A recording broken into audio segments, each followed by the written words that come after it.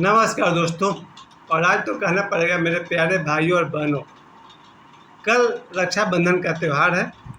और आज हम लोग बात करेंगे रक्षाबंधन का त्यौहार कब शुरू हुआ और सबसे पहले किसने किन्हें राखी बांधी।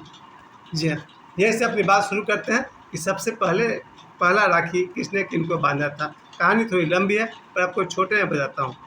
कहानी के अनुसार आज से हजारों साल पहले की कथा है।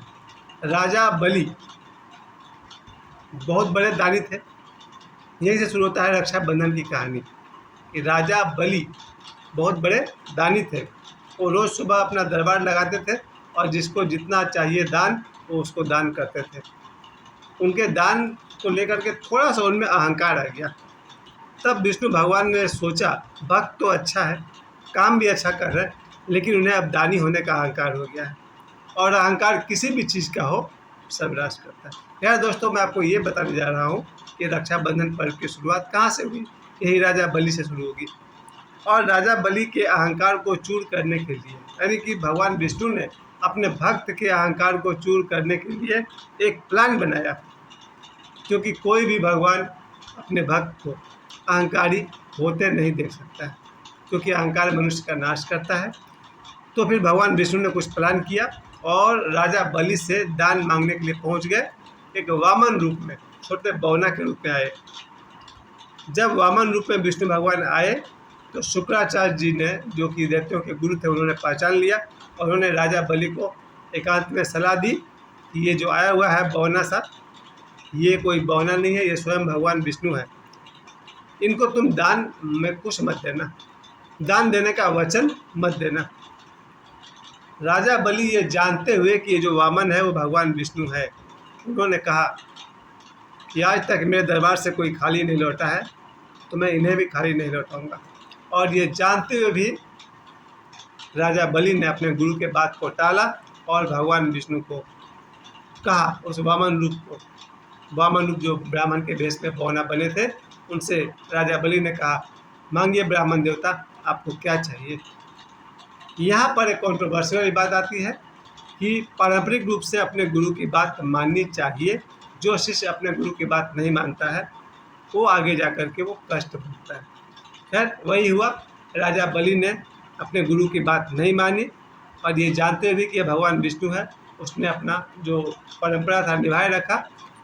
बोला बोलिए क्या चाहिए। तब भगवान विष्णु ने उससे 3 पग जमीन मांगा था कि हमको 3 स्टेप जमीन दे दीजिए।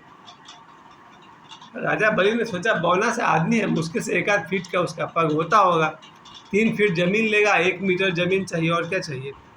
राजा बलि बहुत खुश हो गए। फिर भी उस वामन ने कहा, जरा सोच लीजिए, क्या आप तैयार हैं हमको 3 पग जमीन देने के लिए। उसने कहा बिल्कुल तैयार है। उसने कहा 3 पग है क्या, 1 डेढ़ मीटर जमीन चाहिए इसको। खैर उस वामन ने अपना विष्णु रूप लिया, विकराल रूप लिया, और भगवान विष्णु ने उस विशाल रूप में, कहते हैं कि एक पग में उन्होंने आकाश को नाप लिया, दूसरे पग में उन्होंने पाताल को नाप लिया, और तीसरे पग में उन्होंने पूरे धरती लोक को नाप लिया।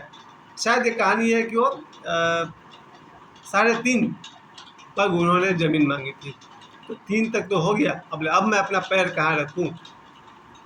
तब राजा बलि ने कहा मेरे सिर पर रखिए, और राजा बलि के सिर पर पैर रखते ही वो पाताल चले गए। आगे कथा ये है कि राजा बलि ने भगवान विष्णु से कहा कि हम तो जा ही रहे हैं, लेकिन गेस्ट के रूप में। भगवान विष्णु ने कहा कि भाई मैं तुम्हारे त्याग से बहुत प्रसन्न हूँ, कि ये जानते हुए भी कि खतरा है, तुमने अपना दान का हिम्मत किया, मांगो क्या चाहते हो। तो राजा बलि ने कहा कि मैं चाहता हूँ कि मेरे साथ आप भी पाताल लोक में निवास करें गेस्ट के रूप में। भगवान विष्णु ने कहा वचन दिया है तो मुझे भी निभानी पड़ेगी, और भगवान विष्णु भी राजा बलि के साथ पाताल में रहने लगे। दिन महीने गुजरते चले गए। तब माता लक्ष्मी जी को चिंता हुई कि ये विष्णु जी गए कहाँ। पता चला कि राजा बलि अपने पास उनको अपना मेहमान बना के रखे हुए हैं। अब माता लक्ष्मी को अपना पति वापस चाहिए था। उसके लिए उन्होंने नारद भगवान से राय ली। नारद भगवान ने कहा कि देवी यही मौका है, आप राजा बलि को अपना भाई बना लीजिए। और माता लक्ष्मी ने राजा बलि को अपना भाई बनाते हुए पहला राखी बांधी। ध्यान दीजिए, मैं इसी बात के लिए मैंने कहानी शुरू की थी। राजा बलि को माता लक्ष्मी ने पहला राखी बांधा। राखी बंधवाने के बाद राजा बलि ने कहा, बहन बोलो उपहार में क्या चाहिए। तो माता लक्ष्मी ने कहा, मेरे पति मुझे वापस कर दीजिए। राजा बलि ने अपना वचन रखा और भगवान विष्णु को वापस कर दिया। तो ये थी रक्षाबंधन की कहानी की शुरुआत।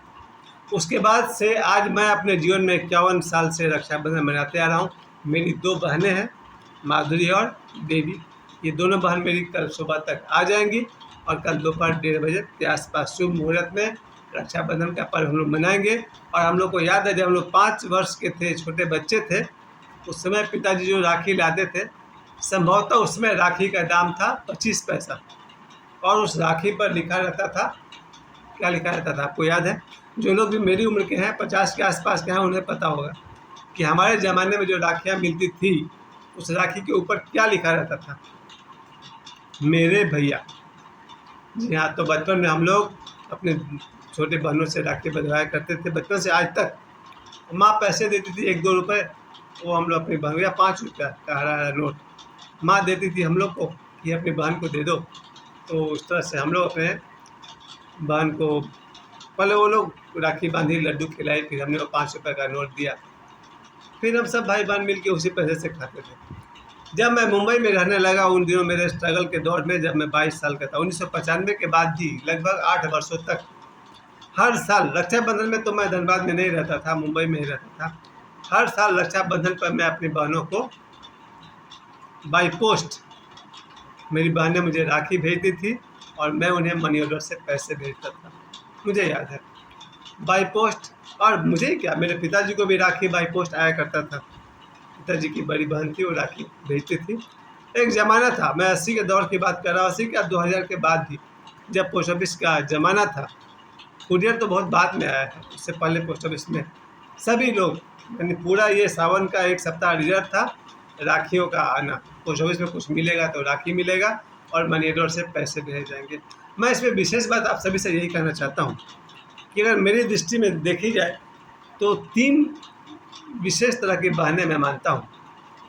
एक, अपने रिश्ते की जितनी बहन है, चाहे अपनी माँ से जन्मी हुई सहोदर बहनें, या फिर चाची, मामी, फूआ, मौसी, रिलेशन में जितने भी बहन आपको दिखाई पड़ रही है, वो सब हमारी बहनें हैं। और रक्षाबंधन का त्यौहार अपने सामर्थ्य के अनुसार उन सभी के साथ मनाना चाहिए। सभी को आज रात 12 बजे के बाद आपकी जितनी रिलेटिव बहनें हैं, ममेरी, चचेरी, फुफेरी, अपनी सहोदर, सबको रक्षाबंधन की शुभकामनाएं भेजनी चाहिए। दूसरी तरह की बहन मैं मानता हूँ सॉरी, मित्र की पत्नी। हमारे जीवन में जितने मित्र हैं, 10, 20, 50, 100, उन सभी मित्रों के बहन को अपनी बहन की तरह सम्मान देते हुए, हो सके तो उनसे भी राखी बंधवानी चाहिए, उन्हें बहन का सम्मान देना चाहिए। और जो रक्षाबंधन का वचन है, रक्षा करना, अपने बहनों की रक्षा के लिए हमेशा तैयार रहनी चाहिए। अपने बहनों की, अपने मित्र के बहनों को भी अपना बहन समझते हुए उनकी रक्षा के लिए हमेशा तैयार रहना चाहिए। और मैंने तीसरी लाइन को जोड़ा है, पत्नी की बहन को भी बहन समझनी चाहिए। ये मैंने इसलिए जोड़ा क्योंकि मेरी पत्नी की कोई बहन है ही नहीं, लेकिन आप सभी जिनके भी पत्नी की बहन है, उन्हें भी अपनी बहन ही समझनी चाहिए। अगर नैतिक लोगों की बात करें तो नैतिक लोग तो यहाँ तक कहते हैं, अपनी पत्नी को छोड़कर सभी को अपनी बहन समझनी चाहिए। यही बात हम लोग को बचपन में स्कूल में सिखाई गई। जितने भी क्लासमेट थे, मोहल्ले की लड़कियाँ थी, हम सबको, स्कूल में जितनी लड़कियाँ पढ़ती थी, सबको टीचर ने सिखाया हमें इन्हें अपनी बहन समझनी चाहिए। आज 2024 में इस बात की बहुत महत्ता है, क्योंकि पिछले सप्ताह जो ट्रेनी डॉक्टर की हत्या हुई है, जिसका मामला भी बहुत गर्मा गर्म है, उस ट्रेनी डॉक्टर की हत्या से मुझे एक बात जरूर समझ में आती है। अगर लोगों के अंदर में ये भावना हो जाए कि हम लगभग सभी पढ़ाई लड़कियों को अपनी बहन समझेंगे, अपनी बहन की तरह सम्मान देंगे, अपनी बहन की तरह उनकी रक्षा करेंगे, तो फिर कोलकाता के ट्रेनी डॉक्टर की हत्या नहीं होती। इसलिए मेरी अपनी राय है, विश्व के सभी देशों में सभी धर्म के लोग, हिंदू, मुस्लिम, सिख, ईसाई, कोई भी हो, रक्षाबंधन पर्व अंतर्राष्ट्रीय पर्व होना चाहिए। Rakshabandhan festival must be declared as international festival. पूरे विश्व में हर व्यक्ति हो सके तो अधिकांश लड़कियों को, सभी लड़कियों को, सभी लड़की नहीं कह सकते हैं मगर अधिकांश लड़कियों को अपनी बहन की तरह सम्मान करें, उनकी रक्षा करें, तभी रक्षाबंधन का पर्व सफल होगा। और मैं अपने सभी दर्शकों से कहना चाहता हूँ, रक्षाबंधन की आप सभी को हार्दिक शुभकामनाएं। जो भी पुरुष हमारे इस वीडियो को देख रहे हैं उन्हें भी, और जो भी महिलाएं उन्हें देख रही है उन्हें भी विवेकानंद जी की तरह से कहना चाहूँगा, मेरे सभी भाई बहनों को रक्षाबंधन की हार्दिक हार्दिक शुभकामनाएं। बाकी कल वीडियो पर देख लीजिएगा कि मैंने अपना रक्षाबंधन कैसे मनाया। मुझे समय देने के लिए आप सभी को बहुत बहुत धन्यवाद। हैप्पी रक्षाबंधन।